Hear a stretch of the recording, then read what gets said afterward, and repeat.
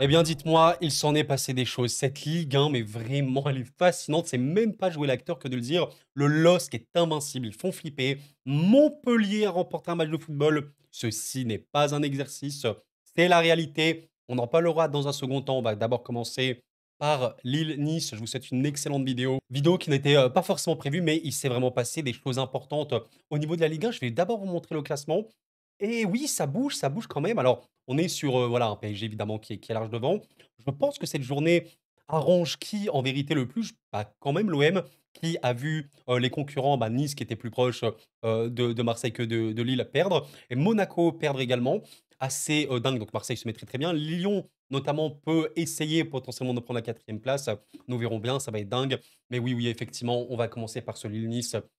Lille est invincible. Franchement, un grand, grand respect à Genesio, qui aura bâti une vraie, vraie équipe. Et il faut quand même rendre hommage à Nice, qui n'a réellement pas démérité. Ils ont fait pour moi un très, très bon match.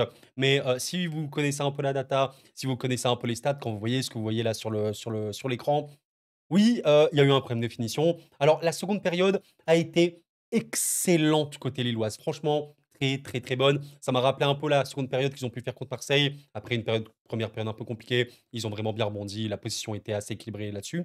J'ai vu un LOSC beaucoup plus pertinent.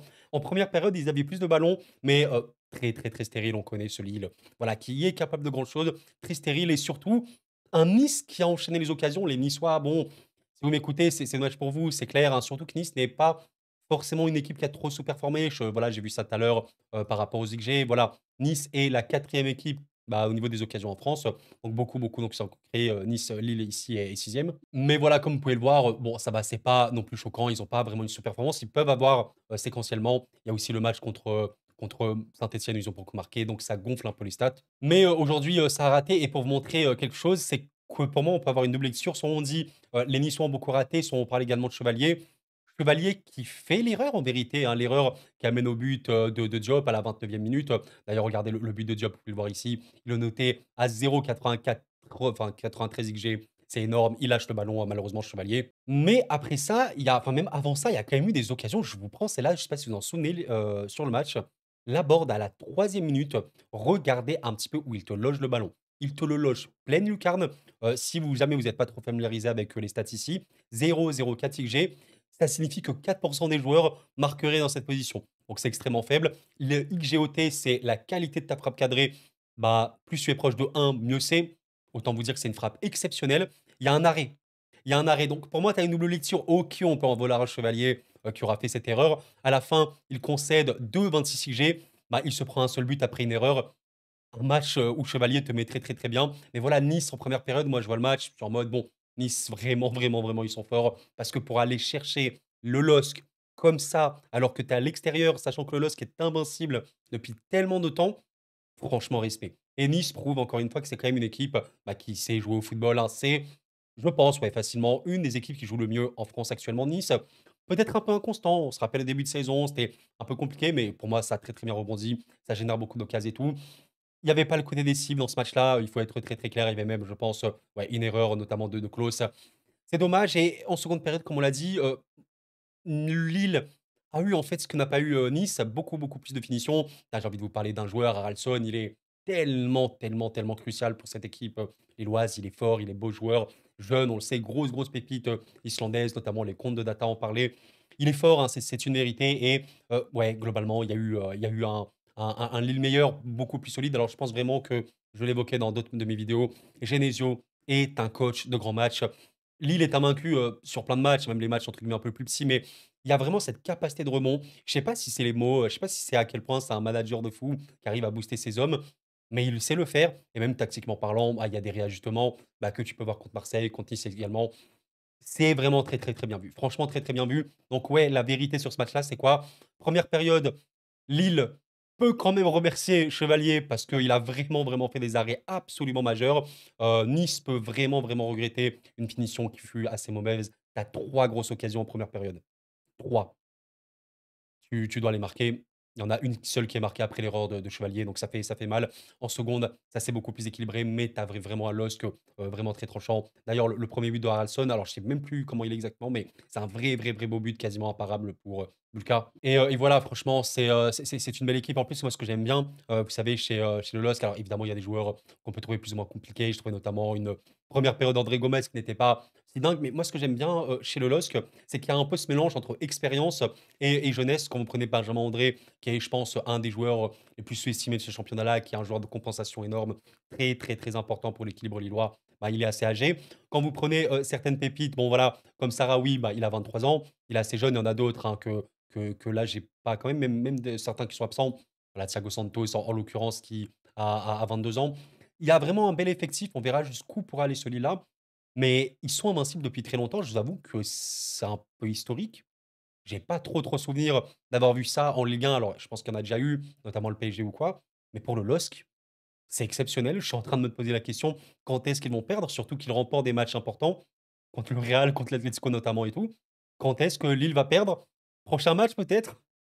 Face à Liverpool, potentielle meilleure équipe du monde. On ne sait pas, sachant que bon, attention, Liverpool a quand même connu des matchs un peu compliqués ces derniers temps. Sur les 4 derniers, bah, il y a une seule victoire. Bon, après, voilà, ça reste une équipe, de fous furieux. On verra bien, franchement, on verra bien, Liverpool, est qualifié, voilà, pour, avoir un dernier mot, sur Nice. Je considère que c'est une vraie bonne équipe qui est tombée, face au LOSC, un LOSC qui, tactiquement parlant, peut vraiment se mettre, être très fort. Tu as manqué des occasions, Chevalier a été bon. Nice, dans l'absolu, avec 30 points, reste dans la course à l'Europe. C'est tellement serré. Le gros problème qu'il peut y avoir un peu pour Lille ou pour Nice maintenant, c'est que Marseille peut vraiment prendre son envol. Honnêtement, Lille aura perdu beaucoup de points en fin de match en Ligue 1 cette saison, Strasbourg, etc. Nice a été peut-être un peu irrégulier en début de saison, mais ils sont là. Je pense que Marseille peut vraiment prendre le large. Ouais, ça va vraiment jouer sur, ouais, sur ces équipes-là.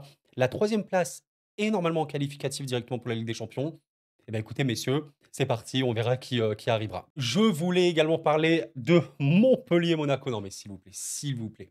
Je disais quoi dans mon pronostic? Je mettais victoire de Monaco, parce que bon, je me dis, ça reste Monaco, il y a un effectif supérieur, il y a des joueurs meilleurs, collectivement c'est plus fort, mais je disais attention, à tout moment, avec quand même le sursaut d'orgueil, et mine de rien, il y a cette qualité technique à Montpellier pour faire mal à Monaco. Et si Monaco perdait, j'y croyais pas trop, et ben Montpellier l'a fait, mais c'est tellement compliqué pour Monaco. C'est une équipe qui est en crise. On va voir ça en direct live. Je suis désolé, amis monégasques que vous m'écoutez, votre club ne va pas bien en ce moment. On parlait d'un Monaco qui était invaincu depuis des semaines, des mois. Cette année 2024, il y avait très peu d'effets pour Monaco. À un moment, ça a commencé à tomber, je crois contre Benfica, et cetera. Ils ont beaucoup perdu. Si tu prends cette victoire-là contre Toulouse, même contre Brest ici, heu, depuis le 22 novembre, Monaco en Ligue 1 a gagné une fois, 2 fois, c'est tout. Depuis le 22 novembre. Alors, est-ce que le mot crise est peut-être trop violent?